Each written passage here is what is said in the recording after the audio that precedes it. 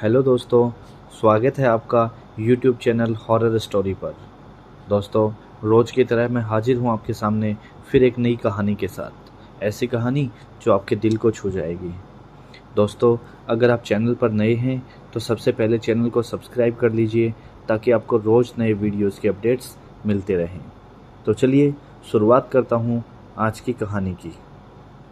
दोस्तों, मुकेश और मैं एक ही कंपनी में काम किया करते थे। एक रोज़ हमें ट्रेनिंग पर भेज दिया गया। हमारी इससे पहले औपचारिक बातें ही हुआ करती थी, पर ट्रेनिंग पर हम एक दूसरे को जानने का हमें मौका मिला। हमें कमरे में एक साथ ही रुकना था। साथ रहकर हम आपस में काफ़ी घुल मिल गए थे। अक्सर रात को मुझ पर से चादर हट जाती तो मुकेश चादर उठा दिया करता था। मैंने उससे पूछा, क्यों क्यों जागते रहते हो रात भर? मेरी तो आदत है करवट बदल बदल कर सोने की, जिससे चादर टिकती ही नहीं है ऊपर। मुकेश ने मेरी बात का कोई जवाब नहीं दिया। अगले दिन वो बिल्कुल शांत नजर आने लगा। रात को सोते समय मुकेश ने मुझे बताया कि वो न केवल दिलचस्प था, बल्कि कुछ ऐसा था जो मैंने ना तो कभी सुना था, ना ही कभी महसूस किया था। ऐसा कम ही देखने को मिलता है। बात केवल विश्वास की रह जाती है। मुकेश ने कहना शुरू किया कि आप शायद यकीन करें या ना करें, 2003 की साल थी। टीवी देखना, लाइब्रेरी जाना, दोस्तों से मिलना जुलना मेरी दिनचर्या हुआ करती थी। ऐसे में एक दिन मैं अपने दोस्त से मिलने उसके घर गया हुआ था। पता चला मेरे छोटे भाई दिनेश की तबीयत खराब है। मैं तुरंत घर को निकल पड़ा। वहां देखा कि परिवार के सभी लोग मौजूद हैं। दिनेश जोरों से चीख रहा है, जैसे उसे किसी चीज का दर्द हो रहा हो। उसकी हालत बिल्कुल भी देखने लायक नहीं थी। 3-4 लोग मिलकर भी उसे संभाल नहीं पा रहे थे। पिताजी ने कहा, इसे तुरंत डॉक्टर के पास लेकर के जाना है, पर माँ ने मुझे चुप रहने का इशारा किया। दिनेश चीखता रहा और बेहोश हो जाता। दिनेश की चीखें अब भयानक होने लगी थी। कोई उसका सर दबा रहा था तो कोई उसकी छाती मल रहा था। नानी ने कहा, इसे पूजा घर में लेकर के चलो। इतना सुनते ही दिनेश जोरों से चीखा। शायद ये बात उसे पसंद नहीं आई। उसे घसीट कर पूजा घर में लाना पड़ा। यहाँ वो और भी जोरों से चीखने लगा। उसे संभालना मुश्किल हो रहा था, तो हमने उसे कुर्सी से बांध दिया। फिर नानी ने उससे प्रश्न किया, बता, कौन है तू? सुनकर दिनेश गुस्से में भर गया। उसका सर और छाती अब भट्टी की तरह तपने लगी। उसे अब संभालना मुश्किल हो रहा था। नानी ने फिर कहा, बता, कौन है तू? इस बार दिनेश ने गुस्से में अपने दांत पीस लिए। उन दांतों को किटकिटाने की आवाज़ मेरे कानों में दर्द करने लगी थी। उसके बदन की सारी हड्डियां कड़क रही थी। आखिर में उसे अपनी जबान बाहर निकाली और काली पड़ चुकी थी। यकीन नहीं हो रहा था कि किसी इंसान की जबान खींचकर इतनी लंबी भी हो सकती है। नानी ने फिर अपनी बात को दोहराया, बता, कौन है तू? कहाँ से आया है? इस बच्चे ने तेरा क्या बिगाड़ा है? जहाँ से भी तू आया है वहीं वापस लौट जा। बदले में जो कुछ भी मांगेगा हम तुम्हें दे देंगे, लेकिन इस बच्चे को छोड़ दे। दिनेश ने अपना आपा खो दिया। वो उसी तरह कराहता, दांत पीसता, चीखता और चिल्लाता, फिर बेहोश हो जाता। होश में आने पर उसे संभालना हम लोगों के लिए बहुत मुश्किल हो जाता। मुझसे यह सब देखा नहीं गया। मैं बाहर आ गया और रोने लगा। उस वक्त मैंने हनुमान जी को याद किया, मंदिर में दिया भी जलाया।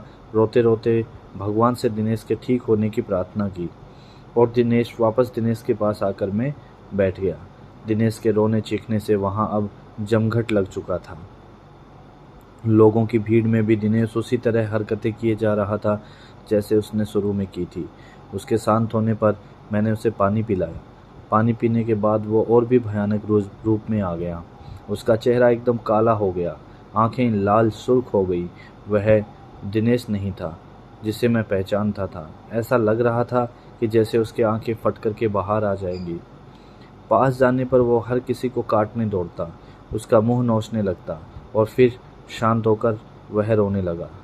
मैंने पूछा, तुम कौन हो? क्यों हमें परेशान कर रहे हो? दिनेश ने मेरी तरफ ऐसे देखा जैसे मेरी जान ले लेगा। दिनेश कुछ देर तक मुझे घूरता रहा। वो दिनेश नहीं था, उसकी जगह किसी और ने ले ली थी। सबको बारी बारी घूरने के बाद उसकी आंखें अपने आप कोटर में गोल गोल घूमती नजर आ रही। ऐसा नज़ारा जीवन में मैंने पहले कभी नहीं देखा था। बल्कि मैं तो कहूँगा कि यह सब कुछ जीवन में पहली बार ही देख रहा था। वो चीखना चिल्लाना, वो भयानक हंसी, वो दांत पीसना, किटकिटाना, दर्द में कराहना, हड्डियों का एक साथ कटकड़ाना, सब कुछ एक मनहूसियत में बदल चुका था। फिर दिनेश ने एक लंबी सांस खींची और छोड़ी। उसकी सांस की दुर्गंध इतनी थी कि अपना मुंह ढककर घर से बाहर निकल गए और वो पागलों की तरह हंसा। वापस अंदर जाने पर दिनेश फिर सभी को घूरने लगा। हमने वापस उससे पूछा, कौन हो तुम? फिर वो एक औरत की आवाज़ में बोला, मैं शाहडोल हूँ, मैं हूँ तंत्रा। इसने मुझे जगा दिया है, मैं इसे नहीं छोड़ूंगी, इसे अपने साथ ले जाऊंगी। और वह ज़ोर ज़ोर से हंसने लगी। हमने कहा, जो तुम मांगोगी हम तुम्हें देंगे, पर इसे छोड़ दो। वो दुष्ट आत्मा अब पूरे रूप में आ गई थी और बोली, मुझे एक मटकी, 4 नारियल, चुनरी, सिंगार का पूरा सामान लाकर दो तो मैं चली जाऊंगी, नहीं तो इसे मैं अपने साथ ही लेकर जाऊंगी। जल्दी करो, दफ़ा हो जाओ यहाँ से। ये सामान लेकर ही आना, वरना इसे तो मैं चबा ही जाऊंगी। और वह ज़ोर से हंसने लगी। हम सबके चेहरे पीले पड़ गए थे। माँ और मैं तेजी से बाजार की तरफ निकले। रास्ते में माँ रोने लगी तो मैंने उसे दिलासा दिलाई कि सब ठीक हो जाएगा माँ। माँ बोली, कुछ भी ठीक नहीं होने वाला मुकेश, मैंने तुझे बताया नहीं। इसने जब अपना पहला असर दिखाया था तब दिनेश को क्या हुआ था हम समझ ही नहीं पाए थे। दिनेश के साथियों ने हमें बताया, उस दिन दिनेश के ऑफिस में मीटिंग थी। सब आपस में हंस बोल रहे थे, सब कुछ ठीक था। अचानक दिनेश की तबीयत बिगड़ने लगी। दिनेश ने सामने रखा गिलास उठाया और पानी पिया। पानी पीते ही दिनेश बेहोश हो गया। उसके साथी चौंक गए। दो लोग मिलकर उसे टेबल पर लिटाया। उस समय उसकी आंखों से आंसू बह रहे थे। वो अपने साथियों से कुछ कहना चाह रहा था, लेकिन उसके मुंह से शब्द नहीं निकल पा रहा था। उसके साथी उसे हॉस्पिटल ले गए। जैसे ही सूचना मिली, हम लोग वहां पहुंच गए। कुछ देर बाद दिनेश अपने आप ठीक भी हो गया। क्या हुआ उसे खुद ही मालूम नहीं था। उसे इतना याद था कि वह बेहोश हो गया था। उसके बाद कभी ऐसा कुछ नहीं हुआ जिससे उसको कोई परेशानी हो। तुम ठीक कह रही हो माँ, उसके बाद भी कुछ जरूर हुआ था। क्या मतलब? माँ बोली, मतलब ये माँ, पिछली बार जब मैं छुट्टियों में घर आया था उस समय रात में मैं कमरे में सो रहा था। रात के 3 बजे का समय था। कमरे की खिड़की खुली हुई थी और उससे तेज हवा मेरे कमरे में आ रही थी। उस हवा के शोर में मेरी आंखें खुली। मैंने देखा एक साया मेरे पास खड़ा था। ध्यान से देखने पर भी मैं उसका चेहरा नहीं देख पाया।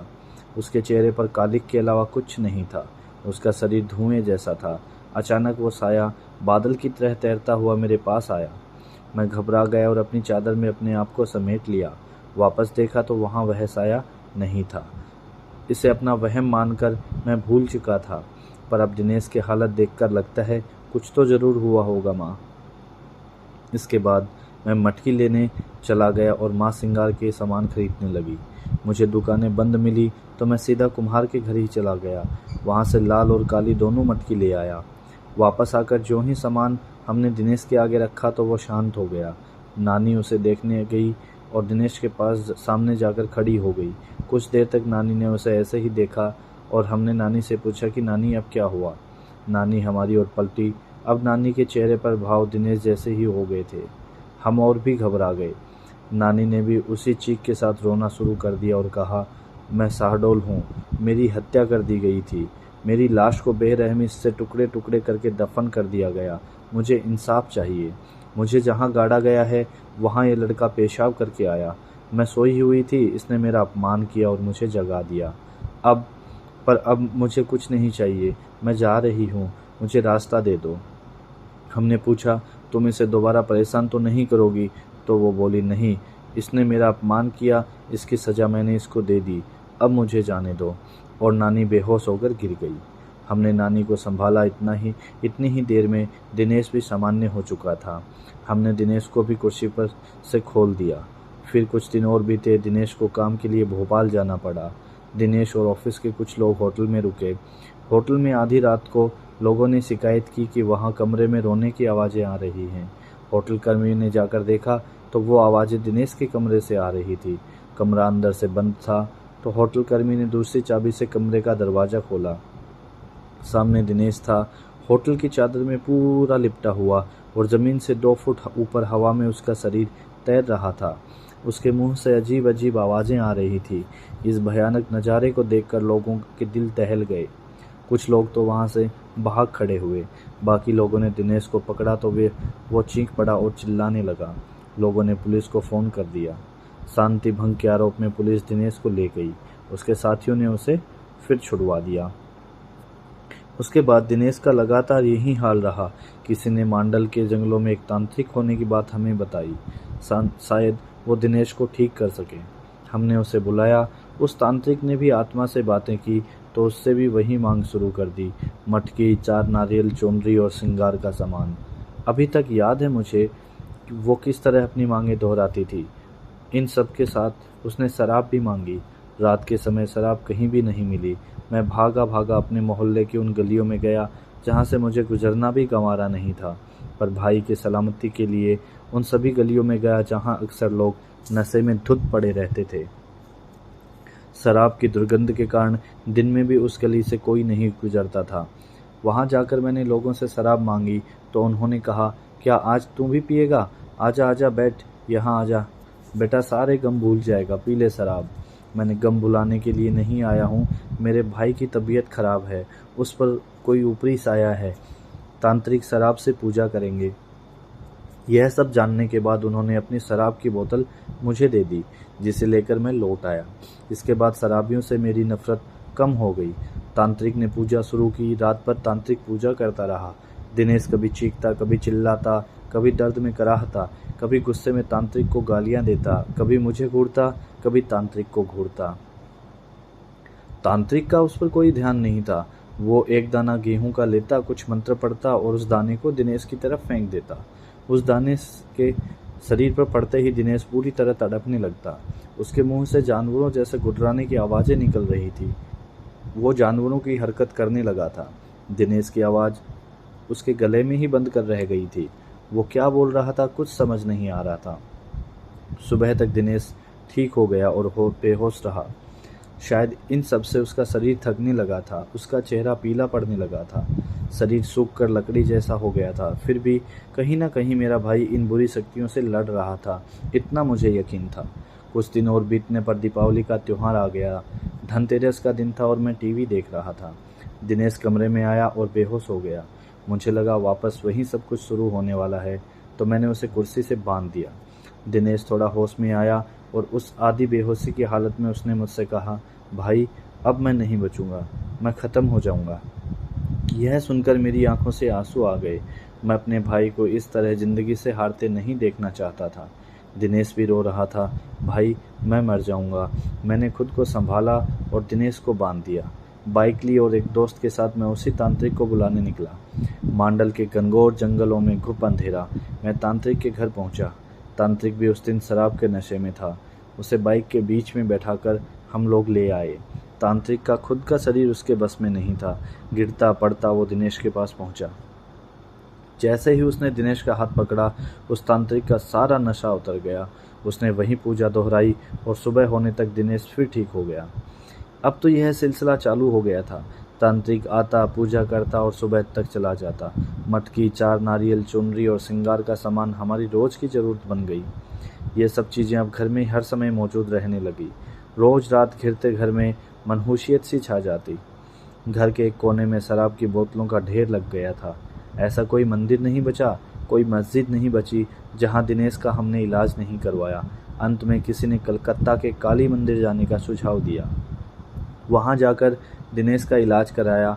यहाँ भी उसकी वही मांग जारी थी, 4 मटकी, 4 नारियल, चुनरी और श्रृंगार का सामान। पर पुजारी ने साथ साथ कुछ नींबू, लौंग और कफन भी मंगवा लिया। इस बार पूजा की विधि कुछ अलग थी। पुजारी हर बार कुछ मंत्र पढ़ता और उसे नींबू में फूंक देता और उसमें एक लौंग चुभा देता। फिर उस नींबू को कफन में लपेटकर एक मटकी में डाल देता। दिनेश को इससे बहुत दर्द हो रहा था और वह बेहोश होता जाता। होश में आकर दिनेश की फिर वही हरकतें चालू हो जाती। पर पुजारी जी अपने काम में लगे हुए थे। जैसे ही उस आत्मा की बारी आई, वो कहने लगी, मुझे छोड़ दो, जाने दो मुझे। पुजारी बोला, बोल, तुम फिर इसे परेशान करेगी? उस आत्मा ने कहा, नहीं करूँगी, कभी नहीं करूँगी, मुझे माफ़ कर दो, मेरी गलती हो गई। पुजारी ने कहा, क्यों परेशान करती हो इस बच्चे को, पीछा छोड़ इस बच्चे का, वापस चली जा अपनी जगह है, लौट जा जहाँ से भी तू आई है। पुजारी ने ऐसा 8 बार से 10 बार तक दोहराया और तंत्रा को भी उसने कैद कर लिया। अंत में पुजारी जी ने वो मटकी हमें दी और कहा, इस बच्चे के अंदर दुष्ट आत्माओं ने डेरा जमा लिया था, सारी आत्माओं को इस मटकी में कैद कर दिया है, इसे ले जाकर शमशान घाट में गाड़ दो और ध्यान रहे नंगे पैर ही जाना है आपको। हम उस मटकी को शमशान घाट में गाड़ आए। ताज्जुब तो यह था, पूरा रास्ता जंगल होकर गुजरता था, रास्ते में नंगे पैरों पर एक भी कांटा नहीं चुभा, ऐसा लग रहा था जैसे रूई पर चलकर हम लोग उस जंगल तक पहुँचे थे। इसके बाद दिनेश ठीक हो गया और फिर काफ़ी कमज़ोर होता चला था, लेकिन खाने और दवाइयों के लिए ही वह बिस्तर से उठ पाता और उसकी हिम्मत नहीं बची थी। इस वाक़ये के बाद मेरा उन सब चीज़ों पर से विश्वास हो गया जिन्हें मैं पहले मानता तक नहीं था। 5 सालों में इस मुसीबत को झेलने के बाद हमारी माली हालत ख़राब हो गई थी, हमारे सर पर कर्जा हो गया था। धीरे धीरे हम भाइयों ने वो कर्जा भी चुका दिया। हम कई और दिनों तक दिनेश की देखभाल में रात भर जागते थे। मैं उसके खाने का समय, दवाइयों का ध्यान रखता था।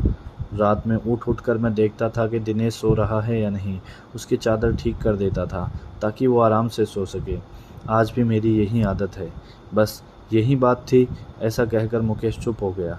इस कहानी को ध्यान से सुनने के बाद अंत में मैंने मुकेश से कहा, बेशक ये कहानी किसी के लिए बेमिसाल हो सकती होगी या नहीं, लेकिन तुम दोनों की भाइयों का आपसी प्यार जो है वो बेमिसाल है।